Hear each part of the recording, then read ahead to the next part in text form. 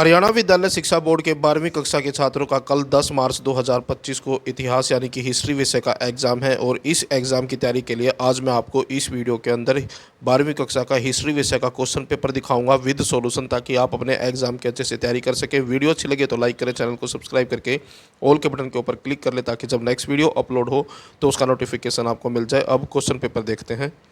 जैसा कि आप देख सकते हैं 12वीं कक्षा का क्वेश्चन पेपर है, इतिहास विषय का क्वेश्चन पेपर है और आपका 80 नंबर का क्वेश्चन पेपर आएगा और 3 घंटे का टाइम मिलेगा आपको क्वेश्चन पेपर सोल्व करने के लिए। और सबसे पहले क्वेश्चन पेपर में एक नंबर वाले MCQ वाले क्वेश्चन आएंगे। तो यहाँ से आपके क्वेश्चन स्टार्ट होते हैं। पहला क्वेश्चन है इसके अंदर, वर्तमान में राखी गढ़ी किस राज्य में स्थित है? तो ये हड़प्पा सभ्यता का जो जगह है और ये जो जगह है ये हरियाणा के अंदर है। तो ऑप्शन बी जो है इसका आंसर है। उसके बाद अगला क्वेश्चन है, अर्थशास्त्र का लेखक कौन है? तो इसका आंसर जो है कौटिल्य है। ऑप्शन बी जो है आंसर है इसका। उसके बाद अगला क्वेश्चन है, प्रसिद्ध पुस्तक किताब उल हिंद के लेखक कौन है? तो ये लिखी थी अल-बरूनी ने। तो इसका जो आंसर है वो ऑप्शन ए है। उसके बाद अगला क्वेश्चन है, सांची का सपूत वर्तमान में कहाँ पर स्थित है? तो ये जो है मध्य प्रदेश के अंदर है। तो ऑप्शन सी जो है आंसर है। सांची सपूत मध्य प्रदेश में है। उसके बाद अगला क्वेश्चन है, हम्पी नगर किस नदी के किनारे बसा हुआ? तो ये तुंगभद्रा। ऑप्शन बी जो है आंसर है। उसके बाद है, 5वीं रिपोर्ट ब्रिटिश संसद में कब पेश की गई? तो ये 1813 के अंदर पास की गई थी, 1813 में। उसके बाद अगला क्वेश्चन है, सामान्य सेवा भर्ती अधिनियम किस गवर्नर जनरल के शासन में पारित हुआ था? तो ये लॉर्ड कैनिंग के शासनकाल में हुआ था। तो ऑप्शन से आंसर है। उसके बाद अगला क्वेश्चन है, महात्मा गांधी के राजनीतिक गुरु कौन थे? यानी कि महात्मा गांधी के राजनीतिक गुरु थे गोपाल कृष्ण गोखले। ऑप्शन डी जो है आंसर है। उसके बाद अगला क्वेश्चन है क्वेश्चन नंबर 9, प्रभावती गुप्त कौन थी? तो इसका जो आंसर है ये चंद्रगुप्त द्वितीय की पुत्री थी। चंद्रगुप्त द्वितीय की पुत्री। उसके बाद अगला क्वेश्चन है, अंतर्विवाह से आप क्या समझते हैं? तो अंतर्विवाह का तो इसका आंसर जो है यहाँ पर है, अंतर्विवाह का अर्थ है किसी व्यक्ति का समूह, वर्ण या जाति के अंदर ही विवाह करना अंतर्विवाह कहलाता है। उसके बाद अगला क्वेश्चन है, इब्न बतूता किस सुल्तान के शासन काल में भारत आया था? तो इसका आंसर है सुल्तान मोहम्मद बिन तुगलक के। उसके बाद अगला क्वेश्चन है, कॉलिंग मैकेंजी कौन था? Colonel Mackenzie British East India Company में स्कॉटिश सेना अधिकारी थे जो बाद में भारत के पहले सवेयर जनरल बने। उसके बाद अगला क्वेश्चन है, लाहौर अधिवेशन कब हुआ था? तो लाहौर अधिवेशन जो था 26 दिसंबर 1929, यानी कि 26 दिसंबर 1929 को हुआ था। उसके बाद अगला क्वेश्चन है, सम्राट अशोक द्वारा धम्म प्रचार के लिए नियुक्त अधिकारी डैश कहलाता था? तो ये कहलाता था धम्म महामात्य। धम्म महामात्य। उसके बाद अगला क्वेश्चन है, दक्षिण भारत में विष्णु के उपासना करने वालों को डैश कहा जाता था? तो ये कहा जाता था अलवार। अलवार आएगा। उसके बाद क्वेश्चन नंबर 16 है, स्थायी बंदोबस्त प्रथा 1793 ईस्वी में डैश ने लागू की थी? तो ये की थी लॉर्ड कॉर्नवालिस ने। तो आंसर में आएगा लॉर्ड कॉर्नवालिस।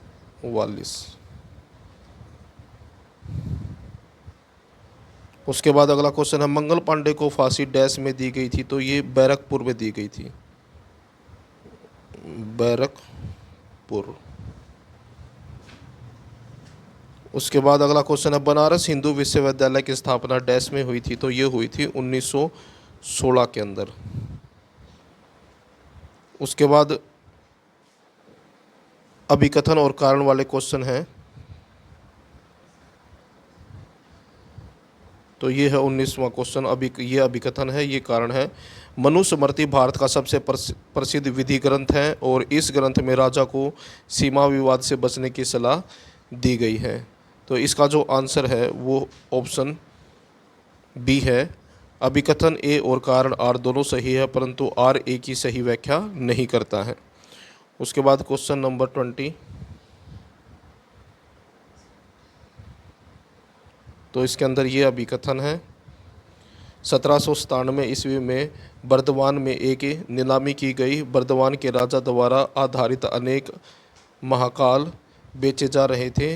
बर्दवान के राजा पर राजस्व की बड़ी भारी रकम बकाया थी, इसलिए उसकी संपदाएं नीलाम की जाने वाली थी।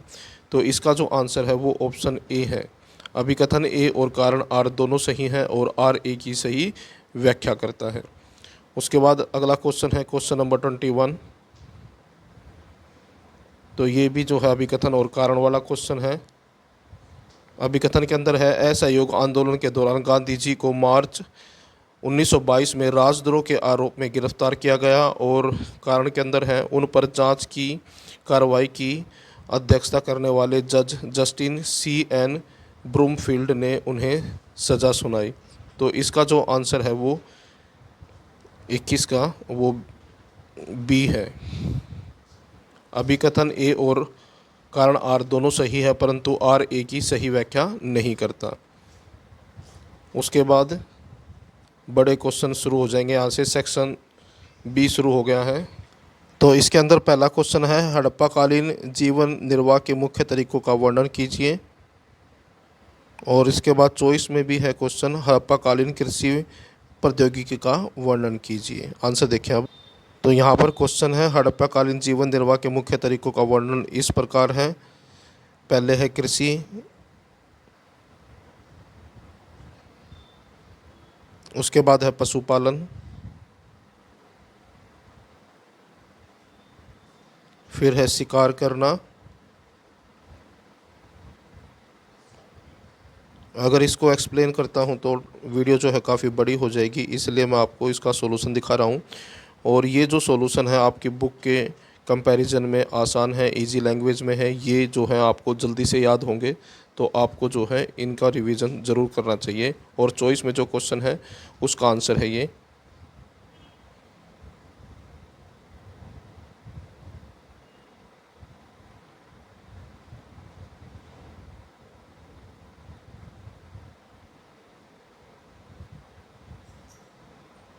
उसके बाद अगला क्वेश्चन है, अशोक के अभिलेखों के ऐतिहासिक महत्व पर टिप्पणी कीजिए।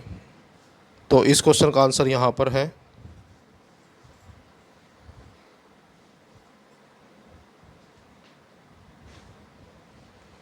उसके बाद अगला क्वेश्चन है क्वेश्चन नंबर 24। तो ये है क्वेश्चन नंबर 24, महायान और हीनयान में 3 अंतर बतलाइए। और 25वां क्वेश्चन है, बेर्नियर कौन था, उसकी पुस्तक का क्या नाम था। आंसर देखिए आप दोनों के। तो क्वेश्चन नंबर 24 का तो आंसर ये है।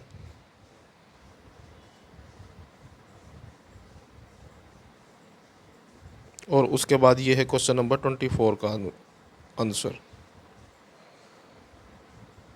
उसके बाद नेक्स्ट क्वेश्चन है क्वेश्चन नंबर 26, और इसमें चॉइस में भी क्वेश्चन है। तो ये है क्वेश्चन नंबर 26 का सॉल्यूशन यानी कि आंसर। और इसके चॉइस में जो क्वेश्चन था उसका आंसर। उसके बाद है क्वेश्चन नंबर 27, और उसके बाद है क्वेश्चन नंबर 28।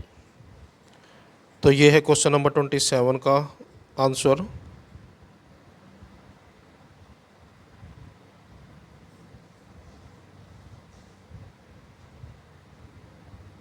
और उसके बाद है क्वेश्चन नंबर 28 का।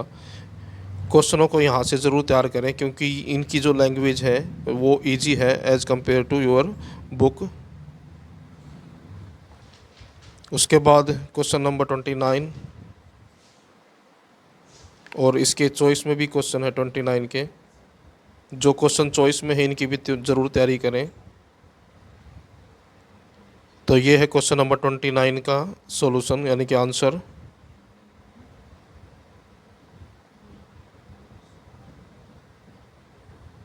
और जो क्वेश्चन चॉइस में है उसका आंसर। उसके बाद यहाँ से सेक्शन डी स्टार्ट है, क्वेश्चन नंबर 30, और इसके चॉइस में भी क्वेश्चन है एक। तो ये है क्वेश्चन नंबर 30 का आंसर।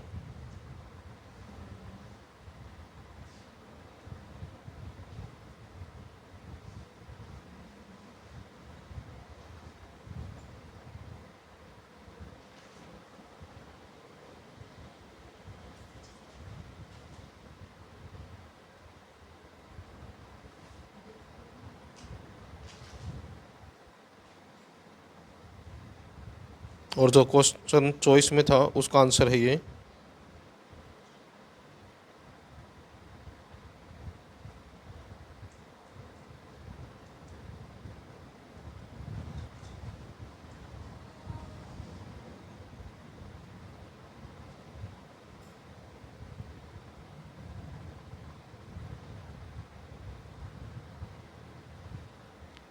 उसके बाद नेक्स्ट क्वेश्चन है क्वेश्चन नंबर 31, और इसके भी चॉइस में क्वेश्चन है।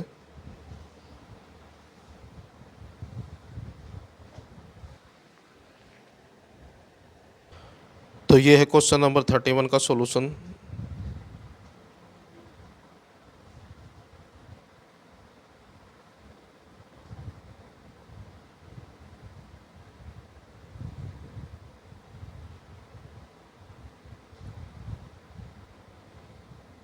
और जो क्वेश्चन चॉइस में था उसका आंसर।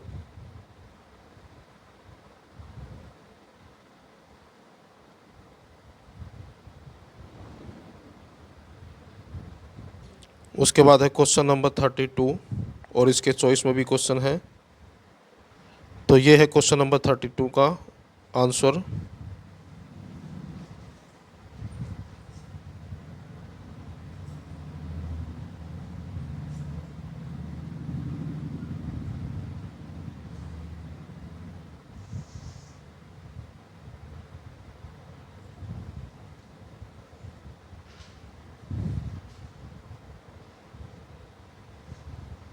और जो चॉइस में क्वेश्चन है उसका आंसर।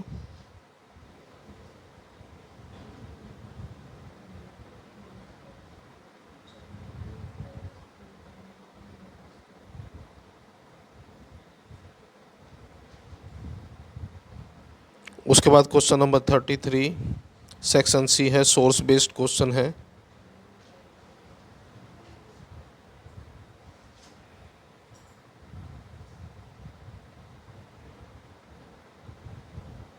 और ये क्वेश्चन है इसके।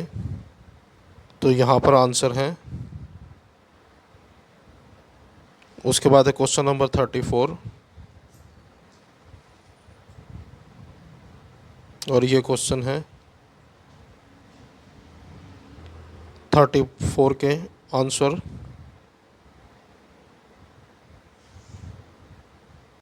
उसके बाद है क्वेश्चन नंबर 35,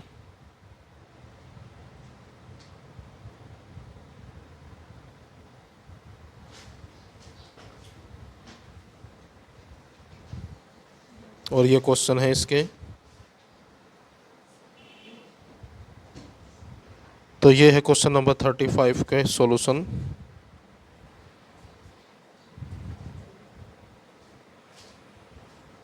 उसके बाद अगला क्वेश्चन है 36, मानचित्र में, यानी कि मैप बेस्ड क्वेश्चन।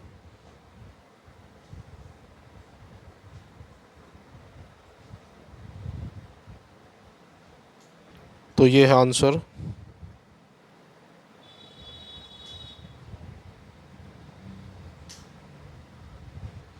तो ये था 12वीं कक्षा का हिस्ट्री विषय का क्वेश्चन पेपर और उसका सॉल्यूशन। वीडियो अच्छी लगी तो लाइक करें, चैनल को सब्सक्राइब करके ऑल के बटन के ऊपर क्लिक कर लें ताकि जब नेक्स्ट वीडियो अपलोड हो तो उसका नोटिफिकेशन आपको मिल जाए।